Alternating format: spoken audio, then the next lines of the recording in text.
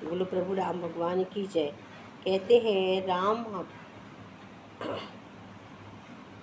हमारे ग्रंथ के पुरुषों में सबसे श्रेष्ठ व उत्तम पुरुष माने जाते हैं और सबसे श्रेष्ठ उत्तम पुरुष है।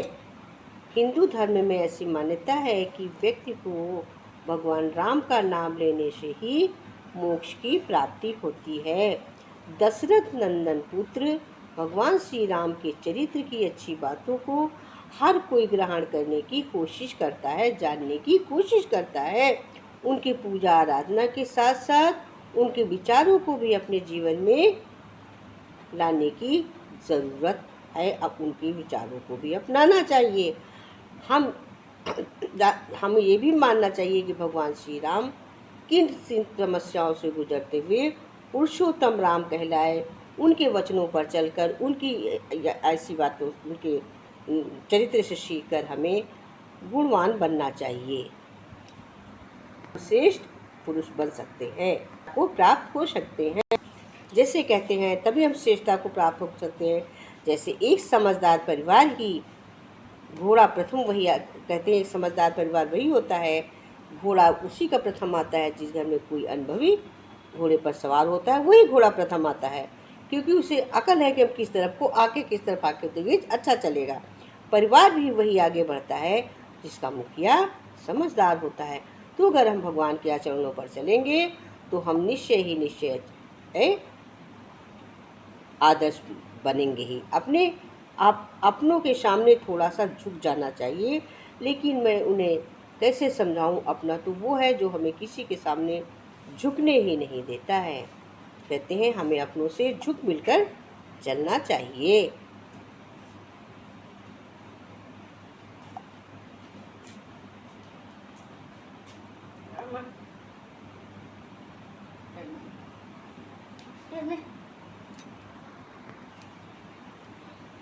राम नाम के बिना वाणी शोभा नहीं पाती है। मद मोह को छोड़कर विचार देखो, हे देवताओं के शत्रु, सब गहनों से सजी हुई सुंदर स्त्री भी कपड़ों के बिना अच्छी नहीं लगती। उसी तरह से राम नाम के बिना हमारी वाणी भी शोभायमान नहीं लगती है, अच्छी नहीं लगती है। हमें राम नाम का स्मरण हर वक्त करना चाहिए। हमें राम नाम के रस को स्वादन करना चाहिए। कहते हैं तभी तो भगवान कहते हैं कि ना ही गीता बुरी है, ना ही कुरान बुरा है, ना हिंदू बुरा है, ना मुसलमान बुरा है, ना खुदा बुरा है, ना भगवान बुरा है। भेजो में जो घुसा है वही तो वैराग्य बुरा, वही शैतान बुरा। भगवान कहते हैं ना हिंदू, ना मुसलमान, ना ईसाई, सब एक ही है, लेकिन जो मेरे भेजे में है ये मेरा शैतान, ये जो मेरा दिमाग में शैतानी है, यही बस सुधारने की ज़रूरत है। इसी को हम अच्छा बनाएं, इसी को सुविचार ले जाएं तो सब अच्छा है।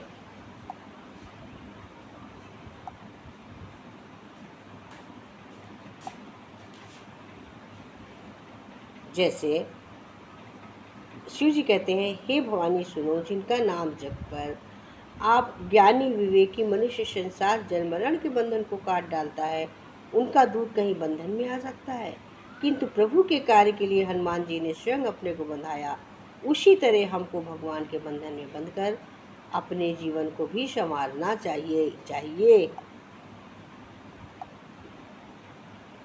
कहते हैं कुदरत तो सबको दोस्त बनाती।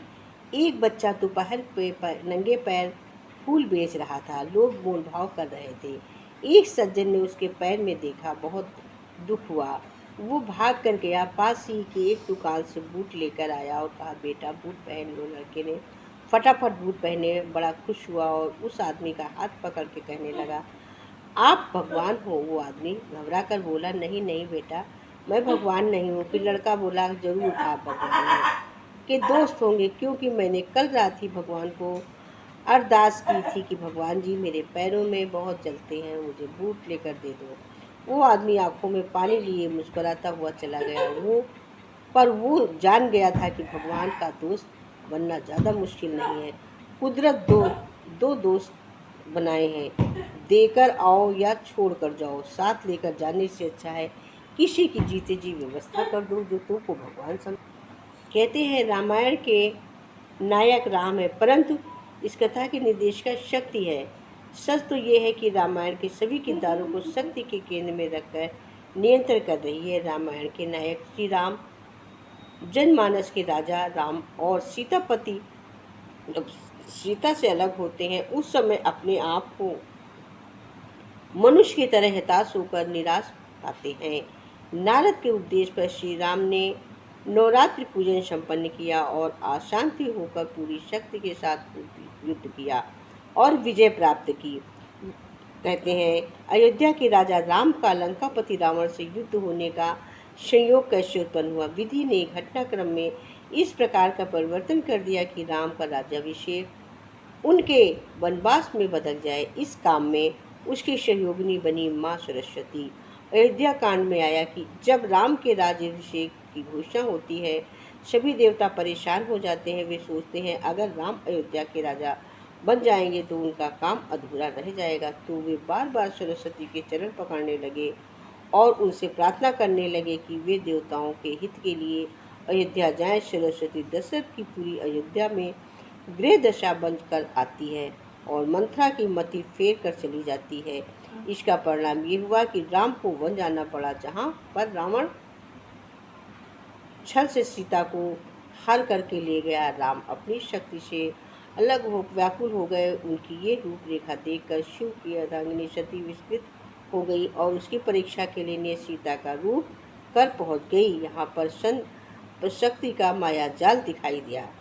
माना गया कि सीता स्वयं अग्नि में समाहित हो गई और उन्होंने अपनी छवि अपनी छाया बाहर छोड़ दी। इसके लिए और स्पष्ट है कि सीता में अग्नि की ज्वाला भी है जो शक्ति का प्रतीक है। शक्ति के पूजन के बिना मनुष्य भवसागर के पार नहीं जा सकता है। रामायण की कथा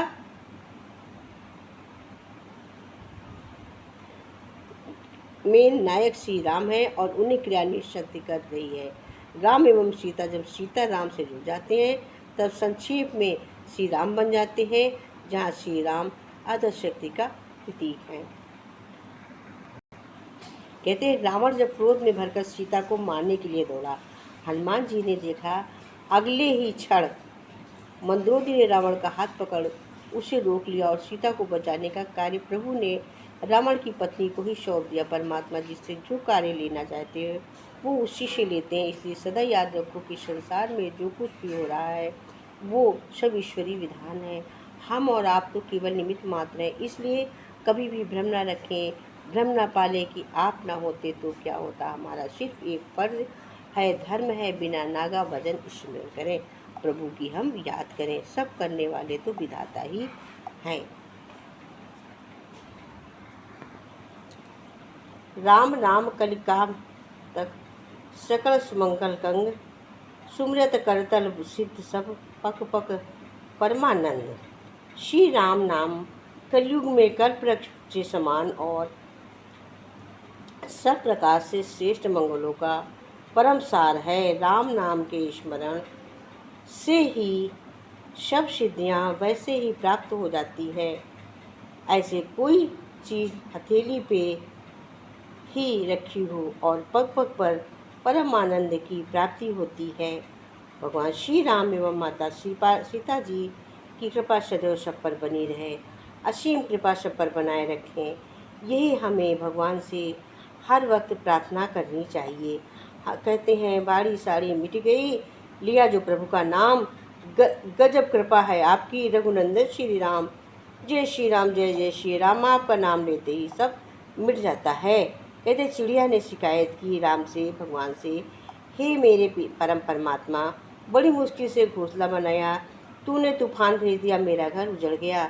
आवाज आई तेरे घोंसले में सांप आया तुझे खाने के लिए, इसलिए तूफान भेजा ताकि तू जग जाए और अलग हट जा, तेरी मजलूम जान बच जाए। इंसान की ज़िंदगी में कितनी मुसीबतें आती हमको पता नहीं चलता है। हमारा परमात्मा हमें किस तरह परेशानी से बचाता है। अगर हमें लगता है कि परमात्मा हमें कष्ट दे रहा है तो परमात्मा हमें सुख अवश्य देगा।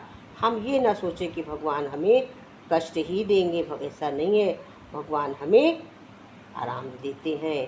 कहते महत्वपूर्ण ये नहीं है कि रावण विद्वान था, महत्वपूर्ण ये है कि विद्वान भी रावण हो सकता है।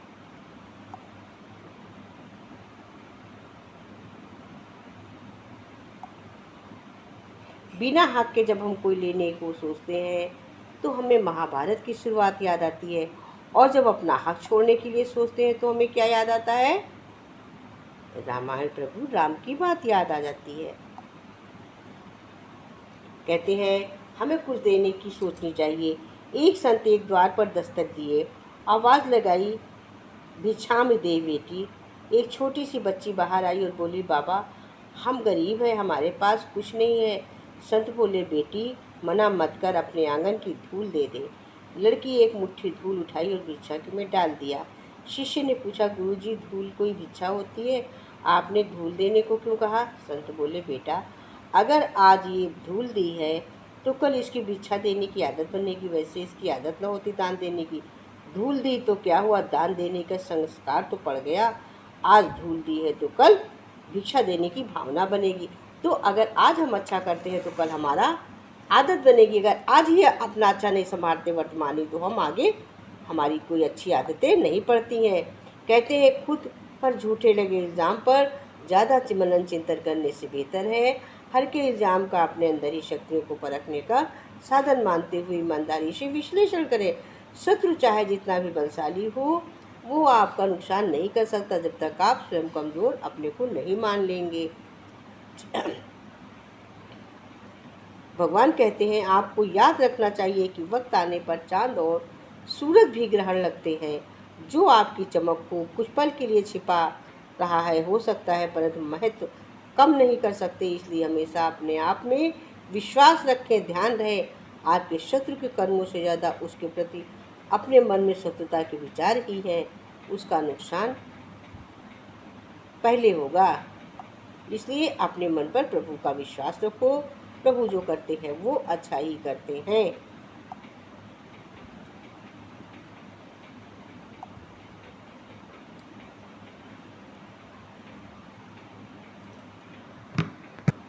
बट कहते हैं भरोसा रखना चाहिए। बरगद के राजा राज का हाल जानने के लिए भेष बदलकर शहर में घूमते थे। उसका मानना था कि राजा के भेष में लोग उसे केवल सुंदर चीज़ें ही दिखाते हैं। राजा हर दिन एक बूढ़े आदमी को देखता था। वो छोटे छोटे पौधे लगा रहा था होता था, सामान्य फूल वाले मौसमी पौधे नहीं, देवदार के पौधे जो 200 फुट तक ऊंचे होते हैं, 1000 साल में ज़्यादा जीते हैं। देखने में सुंदर लगने वाले इन पेड़ों को उस ऊंचाई तक बढ़ने में ही सैकड़ों साल लग जाते हैं। राजा बूढ़े को देखकर हैरान होता था। उसके कांपते हाथों को देखकर वो सोचता है कि ये बूढ़ा इन देवदारों को क्यों लगा रहा है। वो तो उन पेड़ों को सौंदर्य कभी भी देख नहीं पाएगा। एक दिन राजा ने नहीं रहा गया, वो बूढ़े के पास गया और कहा, मुझे दखल नहीं देना चाहिए, पर मैं एक सवाल पूछना चाहता हूँ। बूढ़े ने कहा, जरूर पूछिए। राजा ने कहा, आप इन वृक्षों के परिपक्व होते हुए कभी नहीं देख पाओगे, फिर इतनी मेहनत क्यों कर रहे हो? बूढ़े ने कह दिया, यदि मेरे पूर्वजों के ने बीज न बोए होते तो ये मेरे बगीचे के उस पार के ऊंचे देवदार के वृक्षों को कभी नहीं देख पाता। मेरे पूर्वज भी तो आगे आने वाली पीढ़ियों पेड़ लगाकर उसके नीचे खड़े होने वाले लोगों के बारे में कुछ नहीं जानते थे, पर वे तब तो भी उदार बने रहे। उन्होंने उन वृक्षों के भी उदार बने रहे। उन्होंने उन वृक्षों के लिए कभी मेहनत की। ये पेड़ मुझे भी हिम्मत देते हैं कि मैं भले ही इनकी सुंदरता नहीं देख पाऊंगा, पर आगे आने वाली पीढ़ियां जरूर देख पाएंगी। मैं अपने पूर्वजों की सोच को ही आगे बढ़ा रहा हूँ। यदि वे आने वाले भविष्य पर अज्ञात अतिथियों पर भरोसा रख सकते तो मैं भी ये भरोसा रख सकता हूँ। कहते जो पेड़ लगाए सोचे आगे कोई अच्छा देखे, ये ना सोचा कि हम ही देखें। भरोसा रखो कि अच्छा होगा, आगे अच्छा होगा हजारों साल तक, तो भरोसे पर ही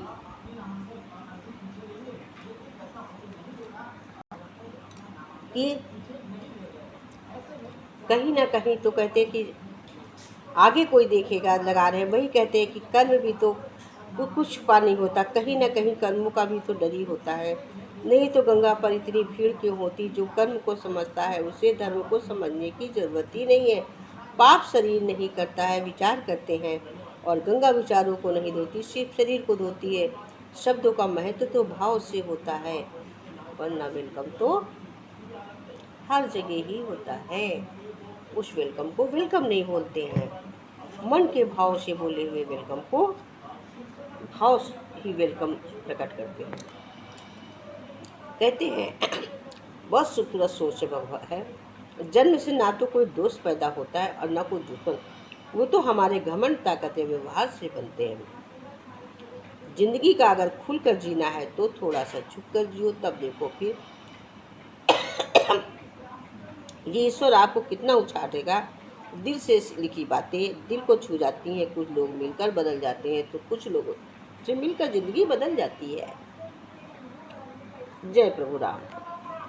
नगरी हो अयोध्या सी, रघुकुल सघराना हो। नगरी हो अयोध्या सी, रघुकुल सघराना और चरण हो राघव के, जहाँ मेरा ठिकाना हो। नगरी हो अयोध्या सी, रघुकुल सघराना चरण हो राघव, जहाँ मेरा ठिकाना।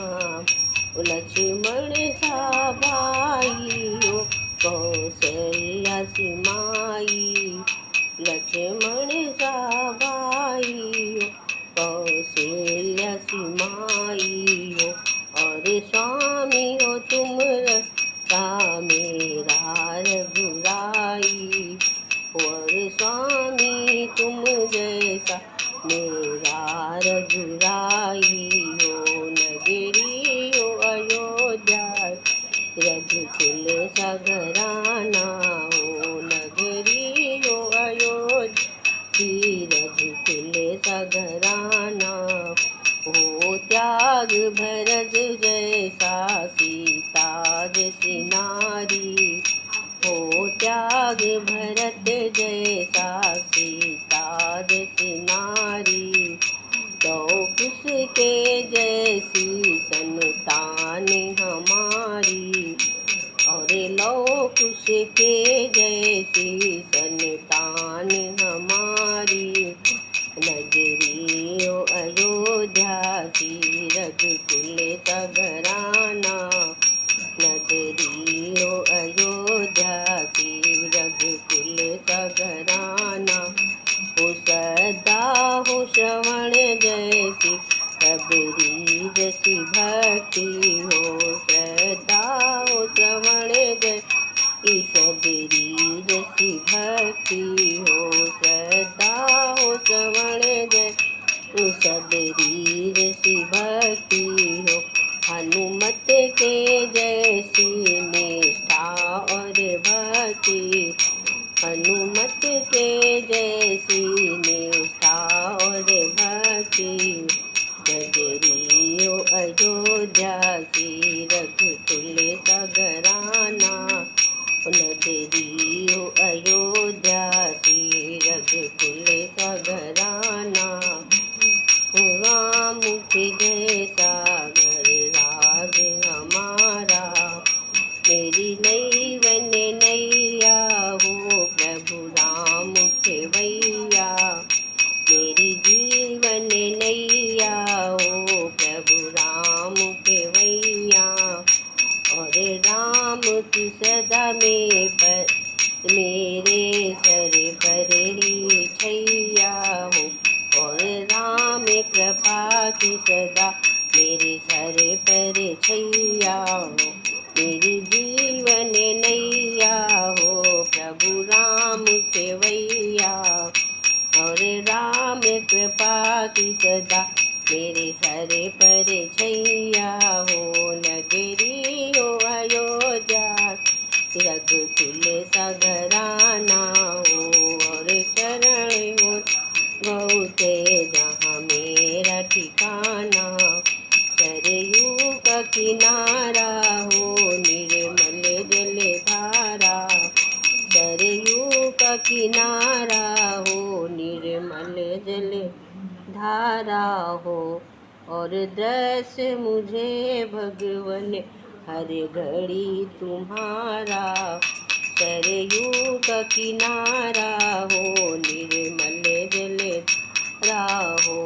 और दृश्य प्रभु हर सब तुम्हारा हो, नगरी हो अयोध्या रघुकुल सा घराना हो। और चरण हो गौ के जहाँ मेरा ठिकाना, नगरी हो अयोध्या सी रघुकुल सा घराना हो। रे चरण हो राघव के जहाँ मेरा ठिकाना हो, नगरी हो अयोध्या सी। रे चरण हो राघव के जहाँ मेरा ठिकाना हो, नगरी हो अयोध्या। बोलो प्रभु राम की।